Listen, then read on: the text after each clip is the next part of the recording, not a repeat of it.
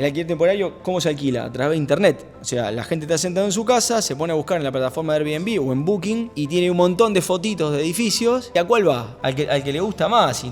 Y la gente cuando llegó y entró, dice, uy, qué bueno. Che, mirá qué bueno, qué novedoso. Era distinto. Entonces el siguiente edificio se hizo un mural más grande y el siguiente más grande. ¿Y esos murales quién los hacía? Hubo más de 250 propuestas, incluso de México y de España también.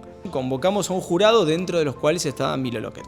Es que eso fue pasando edificio tras edificio y cuando llegamos a Hobo, que Hobo era un edificio pensado para alquiler temporario, hicimos una alianza con él y estamos haciendo un edificio donde va a estar todo intervenido por Milo.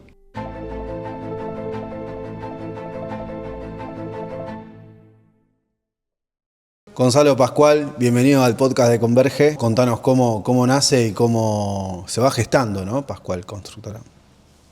Pascual empezó en los años 70. Mi viejo no había terminado la primaria. Voy a tratar de hacerlo corto porque siempre me retan porque me voy por las ramas, porque me pongo a hablar de mi papá y me emociono y se me va por las ramas. Sí. Mi viejo no terminó la secundaria. Fue un busca de chiquito, hijo de español. No, mi papá era español, una familia de españoles que vinieron a la Argentina en el año 52. Mi abuelo era obrero de agua y energía, hacía zanjas. Y era empleado estatal. Empleado estatal, sí. Y mi abuelo y mi abuela se mueren cuando mi papá tenía 18 años. Quedó en la calle, una mano atrás, la otra adelante, y sobre todo fue taxista, se asoció con un amigo y pusieron un bar. En un momento se fue a vivir a Estados Unidos porque dijo, acá no tengo futuro, y trabajaba de lavacopas en Hollywood, y era conocido y tenía buena onda con un montón de artistas, y dijo, me quiero quedar a vivir acá. Un día llegó una razzia, como no tenía papeles, lo deportaron, estuvo en un calabozo. Lo deportaron a Argentina, bueno, vino acá, taxista, de nuevo, fue pasando por... ¿A Rosario? En Rosario, sí, en realidad empezó a trabajar a los 14 años en una sastrería, o sea, tiene una historia hermosa para contar. Y cuando se empezó a poner un poquito más serio, a partir de los 25 años, empezó en el rubro inmobiliario y era muy, muy bueno detectando oportunidades, trabajó con todas los consorcios que se hacían. En ese momento, en los años 70, no se hablaba de fideicomisos, se hablaba de consorcios. Y había algunas empresas constructoras tradicionales fuertes en ese momento, con la cual él entabló buena relación y de la mano de ellos era un pibito datero, empezó como un pibito datero, consiguiendo por ahí un lote o un cliente que quería comprar y vender, y así fue de a poquito creciendo. Se puso una pequeña inmobiliaria, en un momento se asoció con un ingeniero y compró una estructura de planta baja y 3 pisos abandonada. Estamos en los 90. No, acá te estoy hablando del año 75. Ok. Sí, empezó con la inmobiliaria en el 73. En el 76 se asoció con este ingeniero y terminaron juntos una estructura abandonada que estaba en Maipú y Pellegrini. Fue su primer edificio, planta baja y 3 pisos. Y bueno, lo terminaron y lo vendieron, o sea, con mucho esfuerzo, a puro pulmón, sin guita, o sea, vendían y lo ponían ahí adentro. Y ese fue su primer edificio, y de ahí en más empezó a hacer pequeños edificios de planta baja y 3 pisos, ya a fines de los 70. Sus primeros edificios se llamaron todos Gonfer, porque yo soy Gonzalo y mi hermano es Fernando. Y yo había nacido en el 76, mi hermano en el 78. Y bueno, durante los años 80 construyó planta baja y 3 pisos sin ascensor. Ahí debe haber unos 9 Gonfer en la ciudad. Y después me parece que en el año 86 por ahí hizo el primero planta baja y 9 pisos, el edificio Telier, en calle 3 de Febrero y el pasaje Telier, ahí cerca de Oroño. Y bueno, y después con todas las dificultades de los años 80. La inestabilidad. Y los de los 90 y de los 2000. Bueno, exactamente, bueno, sí, pero bueno, fue muy difícil sacrificio. los años 80 porque en un momento él se había armado una empresa constructora, ¿viste? Con estructura, con secretaria, con arquitectura. Había hecho una oficina muy linda y la tuvo que cerrar por la hiperinflación, y eso fue muy doloroso para él. Sobre fines de los 80 la cerró, y después de ahí en más, todos los 90, fue una unipersonal, ya hacía edificio de planta baja y 9, 10, 11, 12 pisos, pero era él solo con un arquitecto externo y una secretaria. Y mi hermano y yo vinimos a partir del año 2001, 2002, 2003, y bueno, le dimos un poco otra forma a la empresa. Pasamos de una unipersonal a una empresa de a poco cada vez más profesional hasta lo que llegamos a hacer hoy. ¿Qué sentís vos? Porque este es un rubro donde está lleno de arquitectos, ingenieros, y un poco, si no estudiás, si no estás preparado, como que no tenés mucha injerencia, ¿no? Lo de tu hijo tiene como una magia, otro gustito, ¿no? De no estar preparado, de no haber estudiado nada, sí, haber tenido un montón de trabajos, haber logrado todo lo que logró, casi sin haber tenido una preparación universitaria, ¿no? Sin haber tenido ese estudio que uno a veces necesita para llegar. Tiene otro gustito, ¿no es cierto? Vos que por ahí mirás para atrás y decís, mirá, sí, ¿hay magia ahí o no? Tal cual, él tiene algo que yo no tengo, él tiene la universidad de la calle, de la vida. Por eso también nos costó bastante trabajar juntos en nuestros comienzos, porque yo salía de la facultad, después hice una maestría. Todo muy técnico. Claro, lo mío era muy técnico, pero la experiencia la tenía él. Entonces yo venía y proponía cosas nuevas y él me decía, está buenísimo, pero yo no la veo, me decía. Y por ahí tenía razón. Entonces, la verdad que creo que los dos son puntos muy valiosos, porque él había logrado algo, ¿no? Que estaba probando y no le salía, y le había salido, y lo que yo estaba proponiendo también servía. Pero bueno, había que compaginarlo. Que hacía cosas como para la gente normal, ¿no? Para el caminante de a pie, digamos. No era que hacía construcciones para el cliente que va a comprar algo caro, era para la clase media baja, ¿o no? Clase media. No te diría clase media baja. Lamentablemente en Argentina la clase media baja nunca pudo acceder a construcción a estrenar. Eso es una realidad. O sea, al día de hoy, año 2025, seguimos hablando de que en Argentina no hay crédito. Esto se habla desde hace cuántos años. Yo no había nacido y creo que ya se hablaba de eso, que la necesidad de crédito en Argentina y el acceso a la clase baja. La realidad es que el cliente nuestro, si bien no hacíamos en ese momento productos premium, quien se podía comprar un departamento de estrenar siempre era alguien que le sobraba un manguito y quería hacer alguna inversión, dejárselos a los hijos, o gente del interior que mandaba a sus hijos a estudiar a la ciudad. Bueno, y vos te preparaste, te fuiste sumando a la empresa con él. A propósito, ¿no? ¿Cuándo convergen los dos pensamientos y empiezan a trabajar juntos?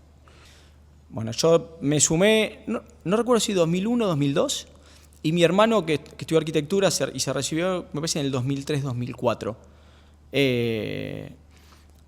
En ese momento empezamos a trabajar juntos y los primeros años fue como... Un momento difícil, ¿no? Buena 2001. época para sumarse. 2001. Complicadísimo. 2002. Me sumé, me acuerdo, estábamos terminando un edificio en Paraguay al 1300, creo que era Paraguay 389, porque después hicimos otro en la misma cuadra frente a Accesaniga. Hicimos dos. En ese momento estábamos terminando uno y cuando explotó el corralito y todo eso, me acuerdo que se vendían departamentos de un dormitorio en $17.000. No, eso fue una locura. Terminarlo y después venderlo, eso fue un despelote. Pero yendo a tu pregunta, lo que vos me decías, los primeros 10 años fueron muy difíciles porque fue como aprender a bailar. ¿Viste? Cuando tenés dos personas tratando de bailar tango y uno va para allá y el otro va para allá y uno quiere hacer un paso adelante y el otro le pisa el pie. Estábamos descompaginados por esto que te decía. Sí. Yo te diría que recién fue en el año 2012, 2013, donde él se blanqueó, no, él nos blanqueó un lugar para que empecemos a tomar decisiones. Ahí fue. Un lugar, un terreno. Un lugar en la empresa. Un lugar en la empresa. Un lugar en la empresa. A ver,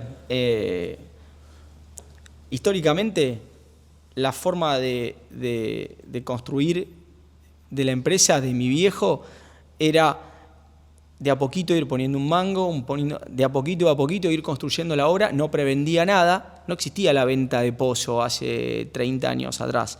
Si no eras un consorcio, vos ibas poniendo, iba creciendo el edificio. Siempre hacía los exteriores primero para que se viera más terminado, y cuando el edificio ya estaba más terminado, ahí salía a venderlo. O sea, era casi todo capital propio. Nosotros recién empezamos a hacer venta del pozo a partir del año 2013. 2013 por una necesidad, no hace mucho, una necesidad mía y de mi hermano, después que en un proyecto que terminamos en Montevideo 1620, un edificio de 2.700 metros cuadrados, planta baja y 12 más 1, planta baja y 13 pisos. Estábamos en los últimos 6 meses del edificio y no habíamos prevendido nada. Y cuando lo estamos por sacar a la venta, devalúan y resulta que con lo que daba la lista de precios para vender, apenas cubríamos los costos que ya habíamos tenido. Claro. Conclusión, laburamos 4 años gratis para ese edificio, porque entre que compras el terreno, haces el proyecto, el permiso, 2 o 3 años de obra y después el tiempo de venta, son 4 años. Entonces se quedaron sin capital propio y tuvieron en los próximos edificios... No nos quedamos sin capital propio, pero no fue un buen negocio ese. Perdieron plata. Salimos justo. Salimos empatados, que con todos los riesgos que hay en la construcción, con la cantidad de rubros que tenés, con la cantidad de posibles accidentes, todos los riesgos asociados que hay, si no ganás buena plata, es un negocio que no rinde. O sea, esto no es como un supermercado en donde los números son finitos y, no sé, aspiran a ganar un 3% de rentabilidad. Acá, si no tenés más del 30%, el negocio no te sirve. Porque tenés un accidente, se te cae la pared del vecino. ¿Ha pasado? Sí, ha pasado. Se te cae una losa y se te muere una persona. Perdiste toda la rentabilidad. 24 años en el mercado más o menos, vos. O sea, trabajando con tu papá. La empresa está cumpliendo 50 años. 50 años. Yo hace 24. Y de estos 24, ¿cuál es el momento más difícil en estos 24 años? Mirá, recién hablábamos antes de que se prendan los micrófonos, que yo decía, desde la época de Macri, que estamos diciendo el próximo semestre arranca, y parece que siempre estamos, viste, abajo de la lona, siempre estamos esperando subirnos a la lona. Dicho esto, yo creo que el país está produciendo buenos cambios, o sea, cambios que se parecen a lo que sucede en otras partes del mundo, cambios que son necesarios, pero a la gente le está costando mucho, a las empresas nos está costando mucho, los costos subieron muchísimo, si no hay rentabilidad es difícil de mantenerlo. O sea, hoy estamos viviendo momentos, creo yo, optimistas para lo que viene y mirando lo que pasa en el mundo, pero muy difíciles de transitar. Me quedé pensando, teniendo en cuenta, el error es conocimiento en potencia, y me quedé pensando, vos que aprendiste de ese edificio que apenas sacaste para los costos, si se puede evitar o no se puede evitar eso, o a veces es tirarse a una pileta que no sabe si tiene agua. Nosotros la lección que aprendimos en ese momento fue que había que poner los huevos en diferentes canastas, y ahí fue que decidimos empezar a hacer preventa de pozo. Entonces dijimos, sigamos poniendo plata nuestra, pero no toda. O sea, compartamos riesgo. Entonces ese fue un primer aprendizaje que tuvimos. Y después te tengo que decir que en la forma que tenemos de encarar el desarrollo inmobiliario nosotros, que te diría que es la mayoría de las empresas en Rosario y que es casi un caso único en el mundo, en donde se empieza un proyecto sin haber vendido nada o con muy poquitas unidades colocadas, y de a poco vas vendiendo, y con lo que vas vendiendo más algo que vas poniendo vos, vas haciendo el edificio. Esto es prácticamente único en el mundo. De esta manera siempre tenés un riesgo al final de la esquina. O sea, no hay manera de controlar todas las variables que están afectando un negocio que dura 4 años. Claro, tal cual. Momentos difíciles, siempre hay momentos difíciles. ¿Cuándo pensás vos que esto realmente cambia? A ver, ¿para qué saco la bola de cristal? Ah, pero vos dijiste que estamos en un cambio de era, de época fuerte. ¿Qué falta para que esto arranque? Mirá, yo soy optimista. Faltan varias cosas, ¿no? Una de ellas es que el crédito hipotecario se convierta en una realidad. Necesitamos que las tasas bajen un poquito más, que sean estables, que la gente se empiece a animar. Eso motorizaría un montón nuestra industria. Por otro lado, necesitamos que los mismos argentinos, que es cultural, el que tiene la plata la cuida, la tiene abajo del colchón y sabe que se está devaluando y sin embargo, y todo el mundo te dice, che, pero pará, hay inflación en dólares en el mundo, ¿qué hace? ¿Y vos la seguís teniendo en la caja de seguridad? Y sí, también es por miedo, por todo lo que pasamos, por miedo, como decir, tantas crisis, cada 10 años crisis. Punto, tenemos que cambiar la cabeza y animarnos y ponerla. Hay que invertir, o sea, los empresarios, las personas de a pie, los inversores, tenemos que creer en este país. Si no creemos nosotros, si no la ponemos nosotros, ¿quién lo va a hacer? ¿Qué están haciendo ahora? ¿Qué proyecto tienen? O bueno, contanos un poquito si tienen algún terreno pisado, qué verán en el futuro, o sea, qué van a hacer, qué están haciendo y qué van a hacer o qué tienen planificado.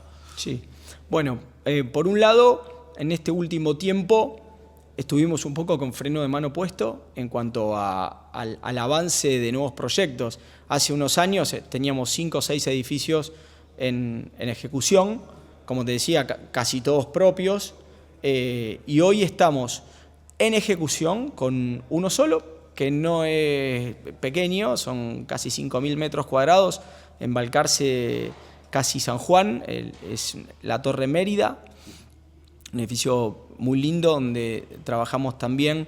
Es el primer edificio en donde empezamos a trabajar directamente desde el principio la parte artística del edificio. Después les cuento un poquito más cómo venimos caminando de la mano del arte. Pero esa es la única obra que tenemos en este momento en funcionamiento, son casi 5.000 metros cuadrados, pero en este último tiempo nos dedicamos a comprar terrenos, tenemos 5 lotes en espera. Rosario, 6, todo Rosario. Todo Rosario, sí. Y estamos trabajando activamente en los proyectos de esos lotes para que cuando esto arranque estar en condiciones de salir rápidamente. El proyecto que tenemos más avanzado es Howo by Milo Lockett, que es la segunda edición del edificio Howo. Howo es una marca que creamos para alquiler temporario que, a diferencia de todos nuestros edificios que se llaman como provincias o ciudades españolas en honor al apellido, Howo viene de Home and Work. Es una línea de edificios pensada para alquiler temporario, que lo empezamos allá en la pandemia. Es un concepto más americano, ¿no?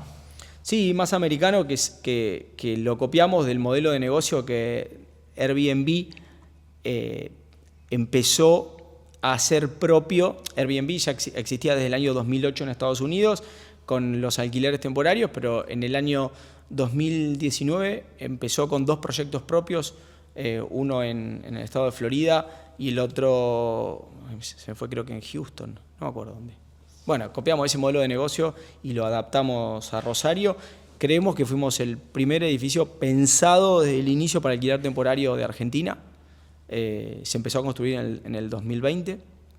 Bueno, se terminó ese proyecto y como ahora voy a unir con la parte artística. En el año 2015 empezamos a intervenir nuestros edificios con arte. Nos dimos cuenta que cuando entregamos las unidades y la gente por primera vez entraba al edificio y se encontraba con un mural, la cara era otra a cuando era un edificio más tradicional. Nos dimos cuenta, pero ¿me puedes contar, ampliar? ¿Podemos hacer doble clic ahí? ¿Qué es lo que viste? Porque vos venías haciendo tu negocio, estás trabajando, y de repente te la querés complicar con Milo Locket. Si no, pero buscás una solución más allá de lo que haces. ¿Por qué? Bueno, para llegar a Milo Locket hubo un camino recorrido. Bueno, pero no es que de un día para el otro dijimos... Más allá de Milo Locket, el arte, digamos. Sí. ¿Por qué arte? Decidieron arte, ¿por qué? Por esto que te estoy contando. En el 2015 estábamos terminando un edificio en calle Mendoza entre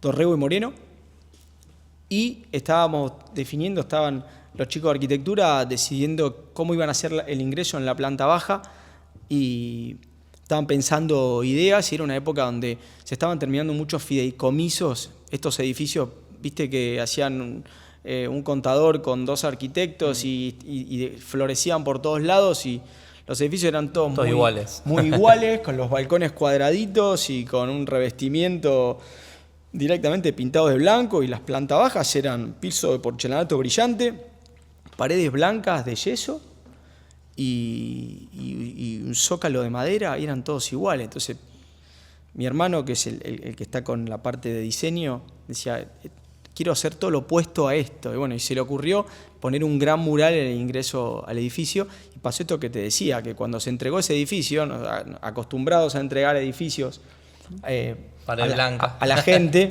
no, por ahí más tradicionales, nosotros nunca hicimos esos ingresos con pared blanca. Siempre nuestros ingresos eran acero inoxidable, piedra, mármol y madera. Esos 4 elementos.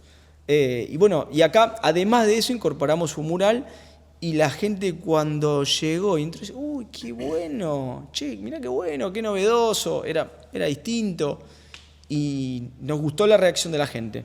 Entonces el siguiente edificio se hizo un mural más grande, y el siguiente más grande. ¿Esos murales quién los hacía? Contratamos artistas locales. En ese momento no teníamos relación con el mundo del arte, entonces buscamos diferentes artistas y les pedíamos sus portfolios y qué nos podés, a ver, no sé, mostranos qué harías en este edificio. Okay. Y buscábamos algunas propuestas, y la que más nos gustaba lo convocábamos. También hicieron algo así en el Hobo 1 con el tema del concurso. Bueno, es que eso fue pasando edificio tras edificio, y cuando llegamos a Hobo, que Hobo era un edificio pensado para alquiler temporario, el alquiler temporario, ¿cómo se alquila? A través de internet. O sea, la gente está sentada en su casa, se pone a buscar en la plataforma de Airbnb o en Booking, y tiene un montón de fotitos de edificios. ¿Y a cuál va? Al que se ve más lindo, más, sí. al que le gusta más. Y entras y te fijas en los amenities, y mira qué lindo espacio. Y el que más te atrae, a veces termina siendo, cuando uno se va de viaje y se queda un par de días en un lugar, es como que se quiere dar un gustito también, y querés quedarte en un lugar distinto a donde vos vivís. Entonces dijimos, este edificio tiene que ser muy fotogénico. Tiene que ser diferente a cualquier otro edificio. Instagrameable, exacto. O sea, ¿para qué? Para que cuando vean todas las fotitos de departamentos iguales, vean a Hobo y digan, che, este es diferente.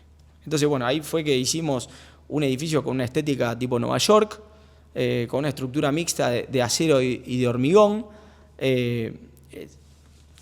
Un edificio de 4.500 metros, que no es para nada chico, en calle San Lorenzo, entre Corrientes y Entre Ríos, a mano izquierda. ¿Tipo esos talleres de pintores, de artistas de Nueva York? ¿Tiene esa impronta? Sí. A ver, talleres. Ponele que cuando subís los pisos, puede ser. Tiene una estética industrial. Eso, con ladrillos grises, con mucha... aberturas negras, vidrio partido, y vidrio partido adentro de los departamentos, sí. Y cuando entras al edificio te encontrás con un gran mural en la planta baja, y después dijimos, che, ¿y si empezamos a hacer pisos temáticos? En un momento surgió la idea de hacer pisos, que cada piso sea con una temática de una ciudad, de alguna ciudad del mundo. Por ejemplo, un piso Nueva York, un piso Rusia, un piso, no sé, Moscú. Bueno, y después dijimos, ¿y si pensamos en obras de arte por piso? Y nos quedamos con esa idea, como veníamos con el tema de los murales, y ahí fue que dijimos, che, ¿y cómo hacemos para conseguir tantos artistas si vamos a poner un mural en cada piso, más uno en la planta baja, más otro en la terraza, más otro en el coworking? bueno, hagamos un concurso de muralistas. Bien. Entonces hicimos un concurso nacional de muralistas. Hubo más de 250 propuestas, incluso de México y de España también, que se presentaron y estuvo buenísimo. Fue una convocatoria que nos trajo y nos abrió la cabeza y nos abrió puertas hacia un poco lo que estamos haciendo hoy. Entonces terminamos haciendo un edificio que sabíamos que tenía que ser llamativo y diferente, por eso tiene un montón de amenities distintos, por eso tiene un coworking, un bar en la planta baja. Pero cuando hicimos el concurso de arte nos voló la cabeza porque de golpe estábamos planeando la logística. A ver, se hizo una selección, convocamos a un jurado dentro de los cuales estaba Milo Lockett, ¿tá? Estaba Milo Lockett, gente de la Facultad de Humanidades, el director del Museo Macro, estaba Martín Ron. Milo Lockett se anotó solo. No, lo convocamos nosotros. Convocaron ustedes. Lo convocamos nosotros. Estaba Martín Ron, que es el muralista que pintó los Hilos Davis. Ok. Bien. Y bueno, de ese jurado, o sea, participamos participamos nosotros también dentro del jurado. Fue como empresa constructora, desarrolladora, Sí. de golpe estar participando en un mundo... Muy loco. Viste, muy loco. Sí, Y aparte le dio una identidad bárbara, porque hoy cuando ves un edificio con mural, lo hizo la gente de Pascual, es bárbaro eso. Casi Sí. museólogo. Exacto. Bueno, Sí, tal entonces cual. ahí fue que veníamos de hacer un edificio en cada mural cuando se terminaba a planear durante la construcción un edificio lleno de murales. Entonces dijimos, esto va a ser un museo, es un edificio de museo.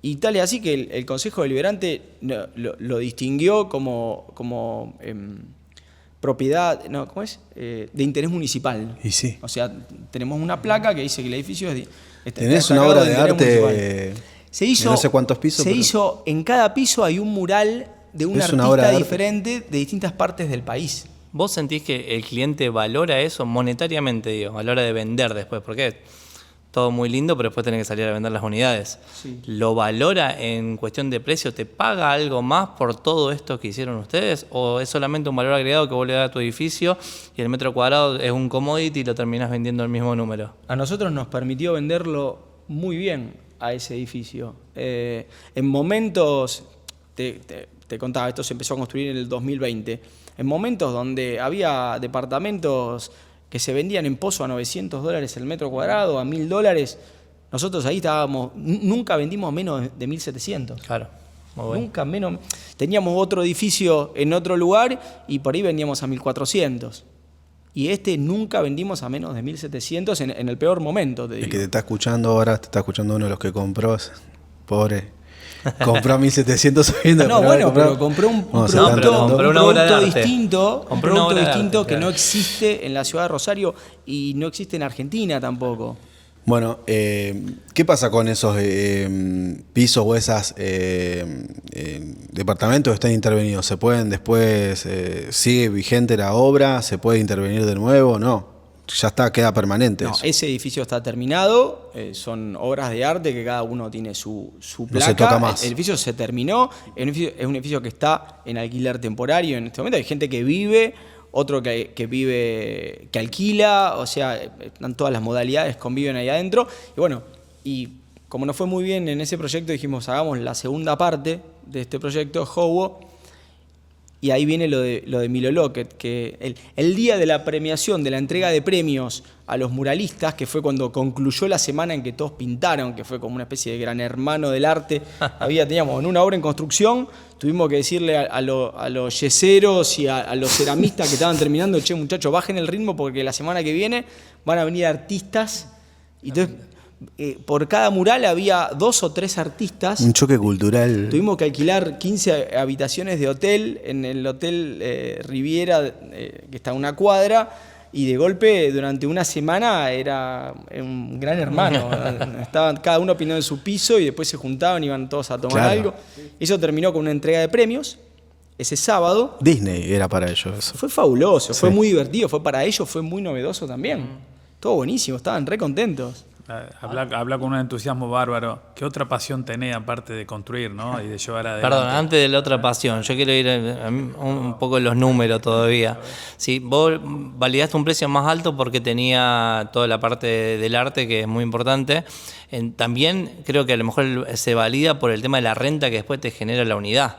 O sea, al estar intervenido y ser un producto distinto, seguramente se alquila más caro que otros productos que están en el mercado. Entonces la renta es mejor. Tal cual, sí, buen punto. El alquiler temporario rinde de 2 a 3 veces más que el alquiler tradicional. Esto es en Argentina y en el mundo. Esto pasa. Entonces, nosotros hicimos un producto pensado para alquiler temporario, o sea, para que sea más rentable para el propietario que un alquiler tradicional. Y después, entre todos los alquileres temporales, que sea mejor todavía. ¿Tá? Entonces, es un producto que le está dando a los compradores por encima del 8% anual en dólares. Según el momento, el tipo de cambio, el momento del país, ha llegado a dar 11%. O sea, es una muy buena inversión. Sí, perfecto. Ahora sí, vamos a la pasión. parte de la pasión. Pará, déjame que te redondeo Dale, la idea, por porque favor, si no al final... lo que quiera. No, porque No, Emilio, como yo te que- voy a seguir preguntando igual. pero- Bueno, ¿querés que Sí, hablemos sí, después? sí. O Sí, o lo lo que terminamos vos ahora? quieras, lo que vos quieras, lo que vos quieras. No, para Contame, terminar la Emilio, idea. ¿cómo es que cae, ¿Cómo digamos, llegamos a Milo? cómo llegás? El día ese Sí. del evento final, Sí. de la premiación, Milo fuma mucho. Me dice, acompañame a fumar un pucho afuera. Entonces estábamos en la calle y me dice, ¿ustedes están locos? Así, estaba fumando así. Dice, ¿ustedes están locos? ¿Por qué? Porque esto no lo vi en ningún lado. Esto, ¿qué hicieron acá? Todos estos artistas en un edificio. Esto. Me dice, está buenísimo lo que hicieron. La verdad que esto podría estar en cualquier lugar del mundo. Tendría que ser más común, incluso. Bueno, ojalá fuera más común, pero él lo que dijo, che, ustedes acá en Rosario, ¿quién los conoce a ustedes? Y de golpe hicieron algo que podría estar en cualquier lugar del mundo, en Nueva York podría estar esto. Entonces yo dije, mierda, viste, que Milo Lockett me estaba Te diciendo subió el ego. eso a mí. No, ¿viste? Entonces, después me junto con mi hermano y le digo, che, Fer, no sé lo que me dijo Milo, me dijo esto. Y ahí nos quedamos maquinando. Y después un día lo llamé. Le dije, Milo, cuando venga a Rosario avísame y tomamos un café. Justo venía para la fiesta porque tiene familia acá. Nos juntamos a tomar un café porque fue poco tiempo después de eso. Y ahí empezamos. Che, ¿qué se te ocurre para un edificio? Si vos tuvieras que pensar en un edificio, ¿qué harías? Empezó a tirar ideas artísticas y ahí nos volvimos locos y dijimos, chau, vamos a proponerle hacer un edificio juntos y vamos a pensar el edificio desde el origen en la parte artística. Bueno, esa fue un poco una cosa llevó a la otra y hoy hicimos una alianza con él y estamos haciendo un edificio donde va a estar todo intervenido por Milo. Él es un artista que entiende perfectamente el arte, pero cómo hacer un negocio con el arte. No es que disocia las dos cosas, no es que es un artista que se va y ya está, y solamente hago arte, sino que él sabe llevar bien eso. ¿Lo entendiste a eso, digamos, apenas lo conociste? Y también un poco preguntarte, ¿ya estabas vos relacionado con su arte? Yo lo conocía al arte de él, lo conocía, pero la verdad que nunca había tenido contacto con él, nunca había conversado con él, tampoco conocía su historia. O sea, después me enteré que Milo en Chaco, de donde es su origen, Milo cuando era joven andaba en skate y por andar en skate empezó a hacer remeras de skate y su Y ahí mundo era descubrió- fabricar ropa. Y se fundió en el 2001 y para él el arte era un hobby. Y le fue mal con la empresa, ¿viste? No sé si se fundió, tampoco quiero decir algo Sí. creo que no le fue bien con la empresa, la terminó cerrando y dijo, me voy a dedicar a esto, que es lo que me gusta hacer, y le empezó a ir bien. Pero aparte el tipo era comerciante, entonces hizo algo que los artistas no saben hacer. Fue darle visibilidad y empezar a comercializar su arte porque tenía que vivir. Normalmente el artista es más bohemio, está más metido para adentro, se enamora a lo mejor de su obra, y él lo transformó en un comercio. No, y también desde la estrategia comercial. Yo charlando con él me decía, por el tema de que en los colegios, en el colegio de mi hija, tenían un taller que veían en todo lo de Milo. Y le había hecho todo para la escuela con los dibujos de él y demás. Y ahí ya lo conozco yo por parte de mi hija. Entonces, cómo llega con la visibilidad por medio de los chicos también. Está buenísimo eso. No, Milo si hizo algo bien, fue acercar el arte a la gente. Hay un... En el mundo artístico, por ahí no se lo valora tanto porque es muy popular o muy comercial. Pero la verdad que si hay algo bueno que hizo es que Justamente eso. a todo el mundo le gusta, todo el mundo conoce el arte de Miro Lockett. O sea, acercó el arte a la gente y es un poco lo que nosotros queremos hacer incorporando arte en nuestros proyectos, es acercarlo a la gente, al ciudadano de a pie. Hace 2 años empezamos a hacer en los cercos de obra, a intervenirlos con murales. Dijimos, che, acá tenés una obra en construcción durante 2, 3 años, es un espacio horrible, que se llena de polvo, que molesta a los vecinos. Bueno, hagamos una obra, hicimos una obra. Ahora, desde el año pasado, empezamos a hacer en los terrenos donde luego vamos a construir, mientras son una casa abandonada, en lugar de ponerles una valla, directamente como hacen mucho para que no te lo ocupen, directamente hacemos una vidriera, preparamos una vidriera, lo iluminamos bien y estamos llevando a cabo un proyecto que se llama Arte en Tránsito, que con la curaduría de Roberto Echen del Museo Macro, eligen artistas rosarinos en donde durante 2 meses hacen una muestra de arte y cada 2 meses se van renovando. Bien. La pregunta postergada, ¿no? Claro, ¿qué otra pasión tenés aparte de construir y bueno, esto de lo que vivís, ¿no es cierto? ¿Qué otra cosa haces? Cuando no trabajás, ¿qué haces? ¿Qué te gusta? Cuando no trabajo estoy andando en moto. Eso es lo que me gusta hacer. Sí. De hecho, volví la semana pasada de un viaje de 10 días en moto por el noroeste, pero aparte viaje off-road como me gusta a mí, o sea, por lugares donde no hay nadie, por caminos de tierra, de arena, de piedra difíciles. Bien, ¿cómo es esto de la moto? ¿Qué representa para vos? ¿Es desconectar completamente? Me desconecta, ¿viste el concepto este de flow? De que estás haciendo algo y te olvidás del mundo y que estás concentrado y qué sé yo, me pasa que acelero y me da una adrenalina y... Basta, porque voy a buscar una moto de agarro. Me encanta. Pero Se le iluminaron los ojitos, fíjate, Sí, se cambió la cara. sí. No, porque debe ser... entiendo que en este mundo de pantalla, de televisor, de tablet, de computador y estar hiperconectado y que el WhatsApp y vas manejando y te llegan mensajes, esto de la moto es como basta de tanto digital, de tanto conexión y de hablar por hablar y de mandar mensajes, de estar siempre en la urgencia, a desconectarte y estar en la moto en el medio de la nada, acelerando, metiendo rebajes, viendo si tenés algún problema, tratando de emparcharlo vos, haciéndote un café en el medio de la nada con un fueguito improvisado. Debe ser increíble eso. Yo no lo hago como un escape a desconectarme del digital. Yo creo que yo tengo algún problemita en la cabeza, evidentemente, porque a mí me gusta cargarme de adrenalina y desafiarme y hacer cosas que me dan miedo muchas veces. Me caigo todo el tiempo porque a mí me gusta hacer off-road, hago enduro y un montón de veces veo una trepada o veo un camino de piedras y lo veo pasar al de adelante que se fue para atrás y se me llena el culo de preguntas. Bien. Y sin embargo, y lo vuelvo a hacer. ¿Con qué moto vas? Cuando hago enduro tengo una KTM 350. Después me gusta el desafío enduro con moto grande. Tengo una Ducati Desert X, que es 950, una moto trail grande. Con esa me fui al norte.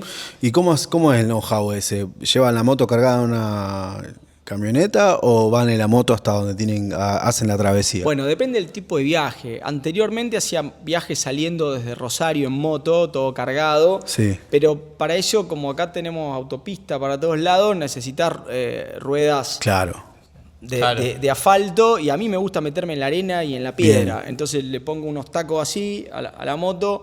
Entonces, ¿qué hago? La cargo en la camioneta, en este caso nos fuimos hasta Tucumán, dejamos la camioneta en Tucumán y ahí hicimos una vuelta de 2.500 kilómetros, casi todo por tierra. ¿Y el país que tenemos, qué me puedes decir? Tremendo. Es increíble, ¿no? Y gracias a la moto conocí casi todo el país. O sea, si no lugares... fuera por la moto, no hubiera viajado y ni conocido tanto Argentina. Los lugares... Ahora conocí... Yo no puedo creer.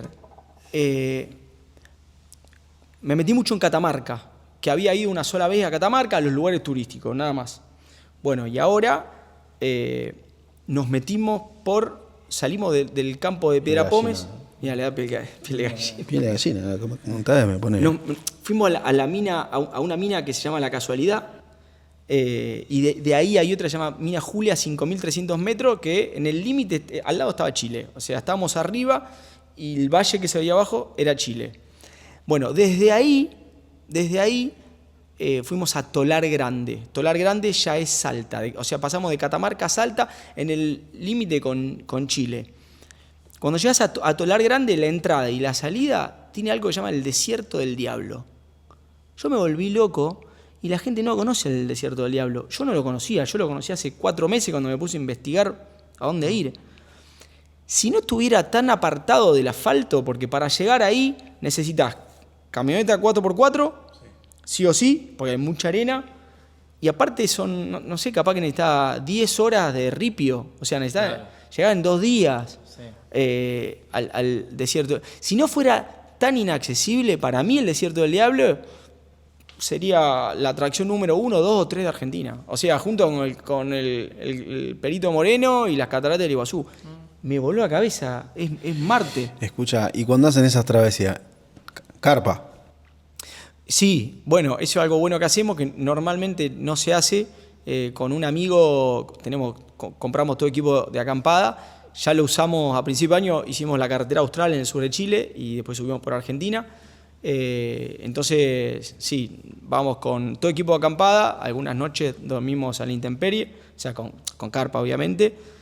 Después, cada 1 o 2 días que necesitamos bañarnos, buscamos un hospedaje para tener una ducha caliente. Sí. Pero, por ejemplo, ahora en Catamarca dormimos en una iglesia abandonada, a 4.300 metros de altura. Otra noche al lado de un río, otra noche íbamos a dormir en la montaña y nos agarró lluvia, terminamos manejando de noche hasta un pueblito y pedimos que nos dejen y nos dejaron dormir en un comedor, armamos carpa en un comedor. Claro, bueno. Sí, hay un componente de aventura interesante. Espectacular. Yo viajaba mientras vos contabas las cosas. No sé si alguien quiere agregar ¿Hay algo más que quieras contarnos? Que quiera contar. ¿Que quieras agregar a todo lo que dijiste? Los que andan en cuatri son putos. No, yo tuve mucho tiempo cuatriciclo. Hasta los 15 años. ¿Lo podés corroborar? Si querés decirnos algo, este es el momento. No, yo era gran piloto de cuatriciclo, quiero decir. Por eso cuando vos contás esas cosas me pongo... Pero bueno, yo era menor de edad, tenía, no sé, hasta los 17 lo tuve, 16 lo tuve. No podía tener moto grande. No sé cuándo te dieron una moto vos. No, me la compré yo a los 35 años. Porque hay gente que maneja moto de los 12 años, ¿viste? Claro, te dice, claro. No, yo arranqué de grande. Lo que sí que conmueve de verdad, cómo lo contás y cómo se te transforma la cara, sin lugar a duda, de tu pasión. Así que está bueno tener eso. Está bueno porque te ayuda a llevar la locura con la que vivimos, ¿no? Sí. Así que buenísimo. ¿Y cómo es volver de esa travesía al trabajo? Sigo con eso de la desconexión y el reseteado, pero un poco volver reseteado, como que volvés con todas las pilas. ¿Cómo lo llevas eso? Mirá, yo creo que a mí me descarga un montón. Sí, me baja un montón. Porque si no, vivimos en una diaria, ¿viste? Con una locura que si no estás con el cortisol alto todo el tiempo. Claro. En mi caso yo trato de hacer enduro los domingos, entonces durante la semana voy al gimnasio pensando para después andar en moto, o sea, para después bancarme lo del domingo, porque si no me acalambro todo. ¿Y a dónde vas en Rosario? ¿Por dónde vas? A Carcarañá. Carcarañá. Sí, tenemos un grupo que en Carcarañá hay un montón de bosques y hay arenales y hay trepadas y barro, hay todo. Bueno, y ustedes siempre edificio, desarrollo horizontal no van a hacer nunca, ¿o sí? ¿Tienen pensado hacer algo? Mirá, nunca se nos dio lo de los loteos, o sea, a mí me hubiera gustado hacer. Es algo que no lo exploramos. En algún momento charlamos con alguna gente que estaba loteando y casi hacíamos una asociación, pero finalmente nunca lo hicimos. Y a tu viejo lo tenés todavía, ¿no? No, mi viejo se fue en el 2018. ¿Qué recordás de tu viejo cuando, bueno, ya creo que vio la empresa a niveles que capaz que nunca se imaginó? ¿Qué recordás de eso? ¿O cuál fue la idea que él te dejó? Si estaba orgulloso, si no. Sí. Él no vio toda la parte el recorrido que venimos haciendo con el mundo del arte, que me parece que es re interesante y a veces nosotros mismos decimos, mirá el entorno que hemos creado, las conexiones que hemos creado gracias a esto. Pero sí, él estaría muy orgulloso. Ya estaba orgulloso y contento a partir de que nos abrió un poco las puertas para hacer nosotros ahí por el 2013. Sí, por ahí teníamos charlas, o sea que él hablaba con mi vieja y decía, no, están haciendo las cosas bien. Gonza, te hago una última pregunta como para cerrar. ¿Cómo ves? Seguimos, yo no tengo problema. No pasa nada. ¿Cómo ves el año que viene, el 2026, para nuestro rubro? Yo soy optimista.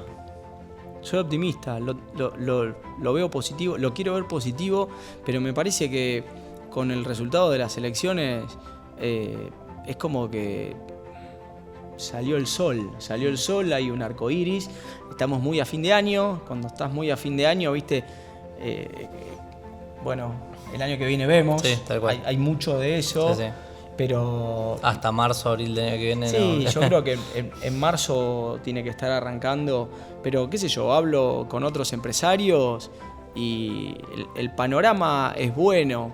Necesitamos que el contexto internacional ayude, que el clima ayude al campo.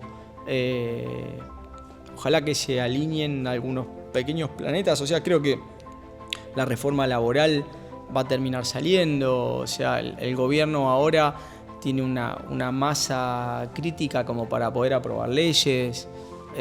Yo creo que están las cosas dadas para que el país siga o se afiance en esta normalidad y que si a eso le sumamos el crédito hipotecario y que la gente se anime a invertir en este país, yo creo que podemos despegar y empezar a planear a mediano plazo. Muchas gracias, Gonza, por habernos acompañado en este podcast. Bueno, Muchas gracias, Gonza. Gracias a ustedes por la invitación. Gracias, Gonzalo.